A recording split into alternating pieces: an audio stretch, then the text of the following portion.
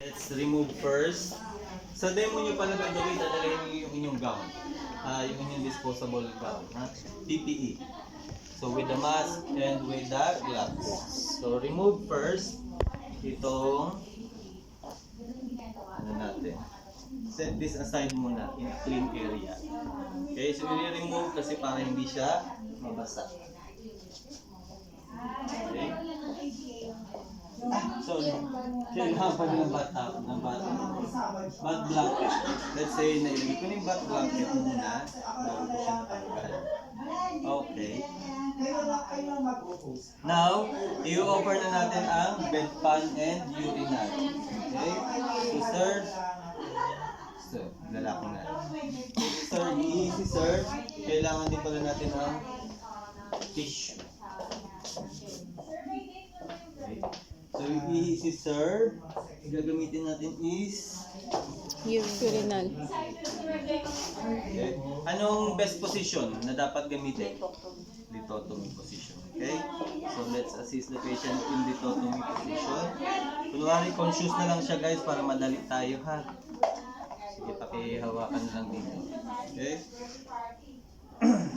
So, remember ito, dito ka lang sa Sakit sa balakang. Kaya sabi ko mali yung position. isa lang ito.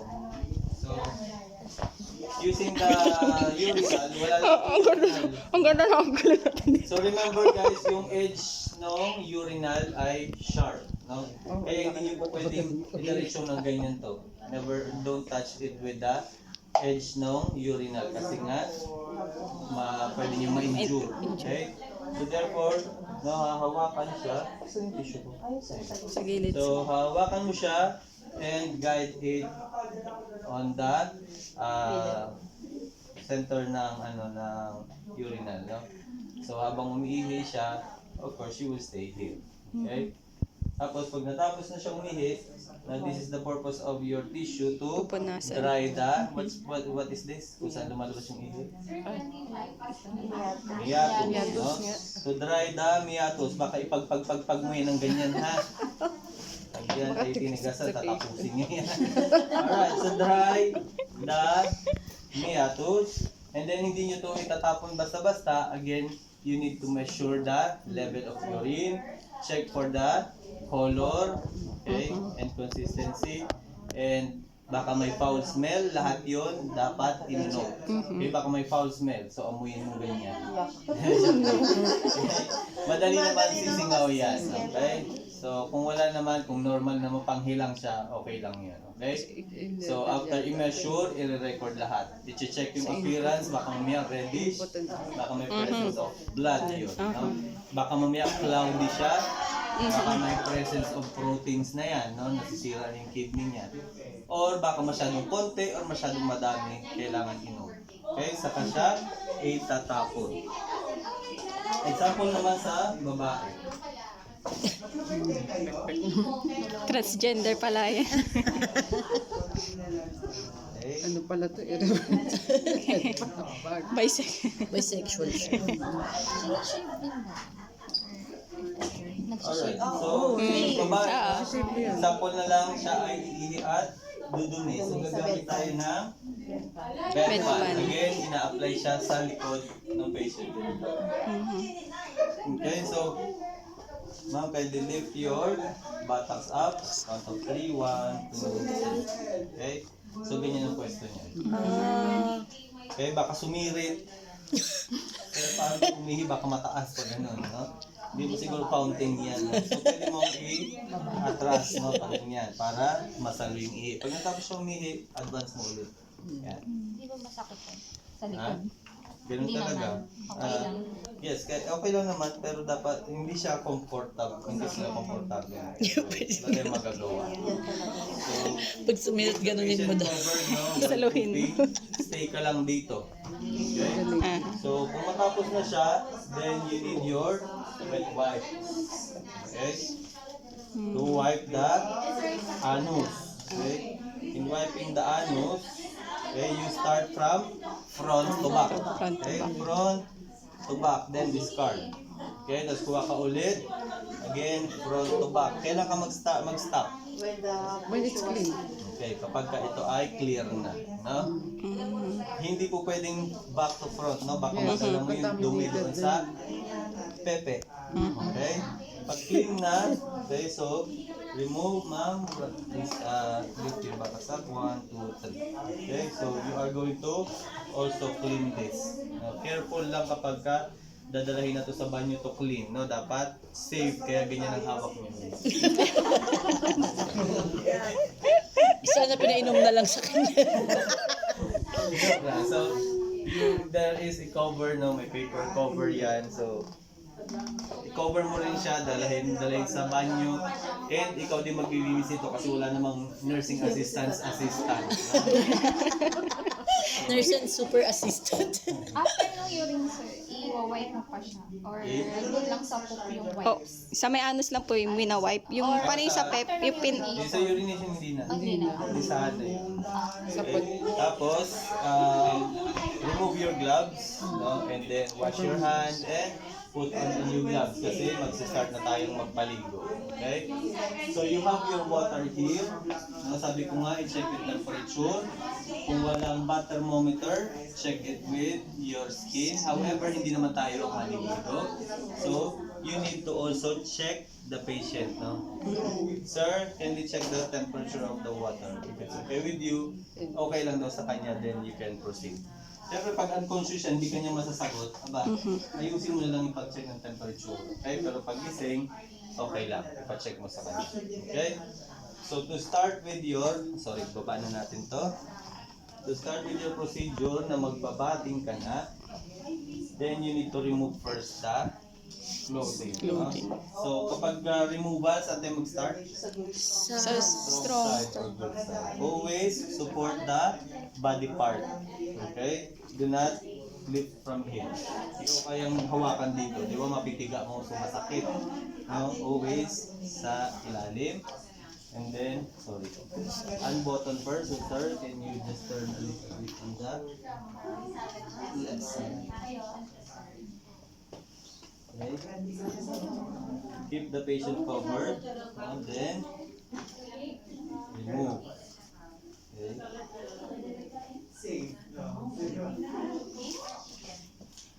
Keep the patient covered by making sure the butt blanket is still on the body. And then go to the other side. Meron kang dalawang option dyan.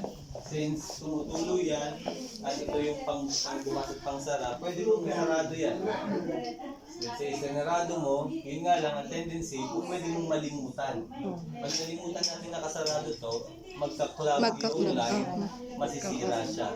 Again, tutusukan yung patient para malagyan siya ulit ng light. Kaya to avoid from happening, no, nung ganun, make sure na maalala mo. And tatawagin mo yung nurse para mag-regulate kasi hindi tayo pa-allowed mag-regulate dito. Okay, otherwise, para hindi mo na lang makalimutan, may technique naman. Ang risk lang naman dito, sa gagawin ko is kung pwedeng mag-backflow yung blood. Pero kung i-ready mo na lahat bago mo ito ibababa, then may iwasan natin yung backflow. Okay, so paano siya gawin? Remove mo muna yung clothing.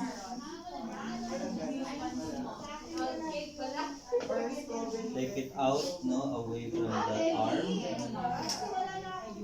Mas madali yun. Okay. Yun yung mahirap pagka na-confine kayo. Carefully now. Diyan ako napag-aral sa nurse. Yan yung tubing. Kailan talaga may assist. And then, quickly lang na Oo. ilusog ka agad. Kasi kailangan hindi siya matagal na nakababa. Otherwise, nakakit yung blood. Okay? Tapos, make sure lang na ma-check mo kung tumutulo siya ulit. Kung tumutulo, then you're good. Okay? Then, roll this inward and discard. Kasi yun yung ating okay? So now you may start with your body. Okay? First the oil. Alright, so to avoid from wetting the pillow, you are to put on the Absorbent pad. Waterproof. waterproof pad. Pad. Sir, can you just lift your head up? I will just put the waterproof pad. 1, 2, 3.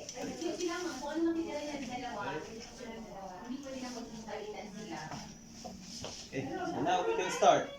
Sa pagwawash ng body ng patient, we will start from the face. Okay, we will start from the face pero hindi naman natin malilinisan yung face ng sabay-sabay. So, particularly we will clean first the eyes. Okay, eyes. So, with cleaning or in cleaning the face, no, we don't use soap. No soap. Plain water lang tayo. Meron tayong dalawa dito, no? Plain water lang tayo unless they request na gumamit ng facial wash. Otherwise, plain lang. Okay? So, you're gonna need your first washcloth. Do a mitten technique. And we will wash the eyes first. Pag nilinis natin ang eyes, we will start from inner canthus to outer canthus. Okay? Soak it on your water, plain water, and squeeze. Ask the patient to close his eyes. Okay, close your eyes, sir. Inner to outer. Okay? That's it. The other side of your mitten. No? Sir, close your eyes. Inner to outer. If you want to repeat, you can do so. Soak and squeeze ka lang.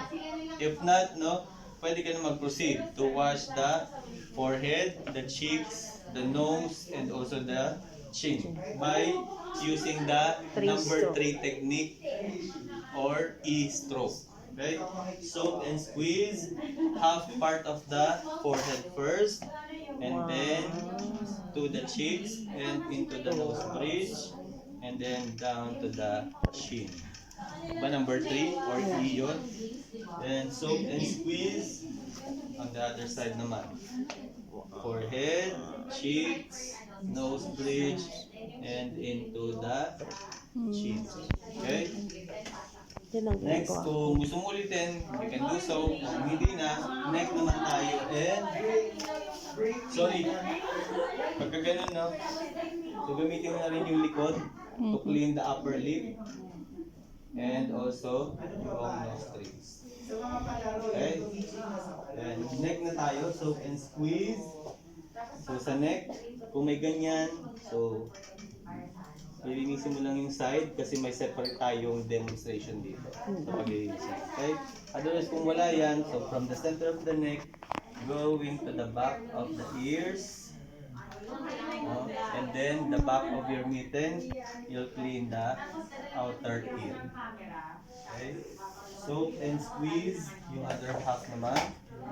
So the center of the neck, going to the back of the ear, and then the back of your mitten, clean the outer ear. Okay? Now, pat dry. Okay? Pat dry, never rub na ganyan. Okay? Pat dry lang. Okay? And the back of the ears. Now, set this aside. Okay? Proceed na tayo ngayon sa body. So, sa body, we will use soap. Okay? So, discard mo na ito. Get your another 2 washcloth for soapy and for rinsing. Okay? Mitten technique ka pa rin.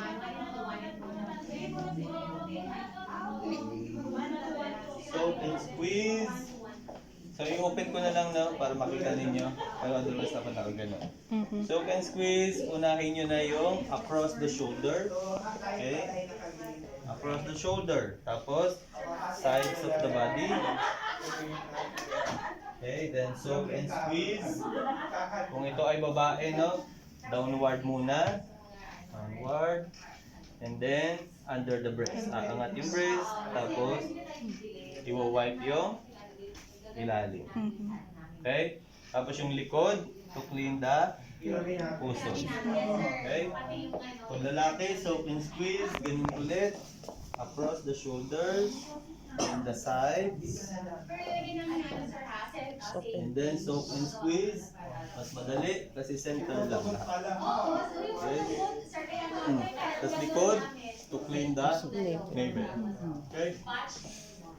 Rinsing, ganun pa rin ang procedure. Okay? Soak and squeeze with your plain water. Now, across the shoulder, i-rinse mo na siya. Tapos, yung sides. Tapos, soak and squeeze sa plain water. Pag babae, downward. Okay? And then, under the breast. Okay? And then, the navel. So, lalaki, soak and squeeze. Across the shoulders. Side by Tapos, side. sides of the body. Soak and squeeze with the plain water. And then, downward. And the back of your mitten is for navel. Okay? Done. You are to Pat pat dry. Okay? Pat dry. Once done, now we will proceed sa arm. Okay? So dito muna. Protect your linens by putting a towel under the extremity. Okay? Soak and squeeze. Sa soapy ka muna.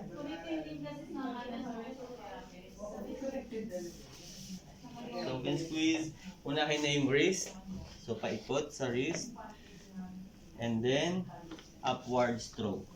Okay, so anong purpose ng upward stroke? Circulation. So, circulation or to promote venous return. Remember, your blood is returning to your heart, no?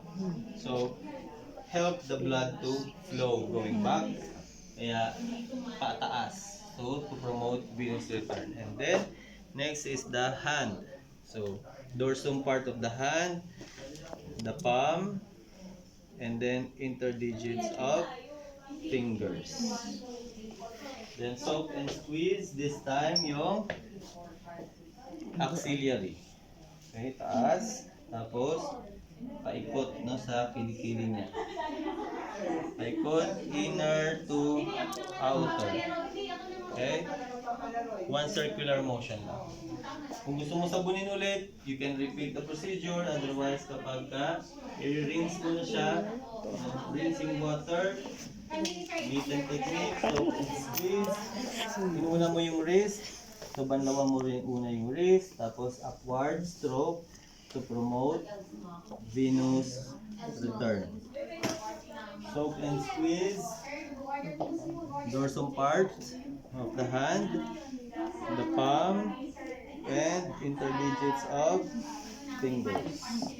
Soak and squeeze. Next is the underarm, rotation manner, no? Inner to out. Parang sa baby lang. And then, pat dry. Ay, sa Tapos, amuin mo kung may putok. Okay, joke lang. Maamoy mo naman yun, sir. Okay. Kahit di mo inapat yung ilong. Next. Kabila Go to naman. the other side. No, sa demo ninyo, dalawa ang magpa-perform dito. Isa dito sa side na to, isa doon sa side na yan. Pero isa-isa kayo, no? Isa mo na mag-perform ng kamay, tapos ulit-ulit yung isa mag-perform doon. Okay? Pwede rin sabay. Let's see kung anong mangyari. Now, tapos na tayo sa both arms. Likod naman. Okay, so sir, can you turn on your left side, please? So, paalalayan na lang ako dyan. 1, 2, 3. Oh, mayroon hawakan mo na si patient dyan. Okay? Alright. Now, put your towel here. Hindi pa lang sa likod.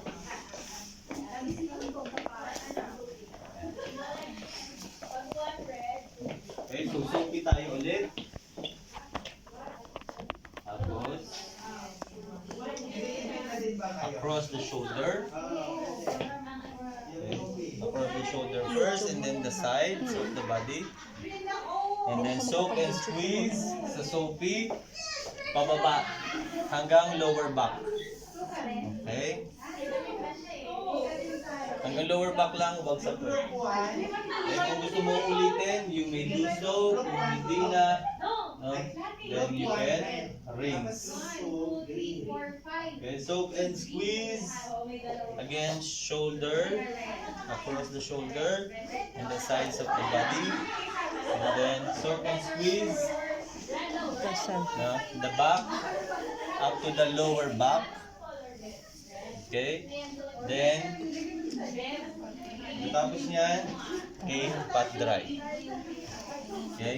Gawin mo na din ngayon, isama yung sa puwet. Kasi may perineal care tayo pagkatapos nito, proceed tayo sa perineal care.